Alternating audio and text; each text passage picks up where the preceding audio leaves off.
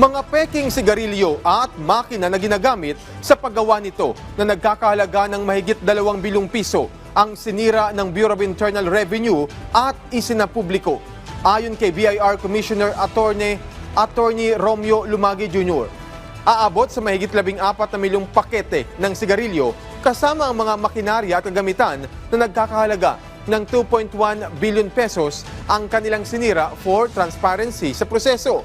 Paliwanag pa ni Lumagi, kaya nila isinapubliko ang pagsira sa mga ito para maalis ang agam-agam ng publiko kung saan ba napupunta ang mga kontrabando at kagamitan matapos ang mga isinasagawa nilang raid. Ito aniya ang huling hakbang sa kanilang proseso matapos sampahan ng kasong kriminal ang mga nahulihan ito.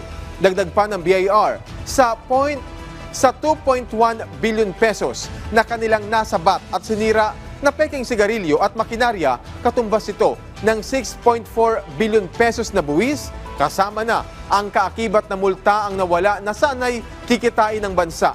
Nanawagan rin ang ahensya sa publiko hinggil sa tamang pagbabayad ng buwis para maabot ang kanilang collection target na mahigit 3 trilyong piso na inaasahang pakikinabangan ng bawat mamamayan.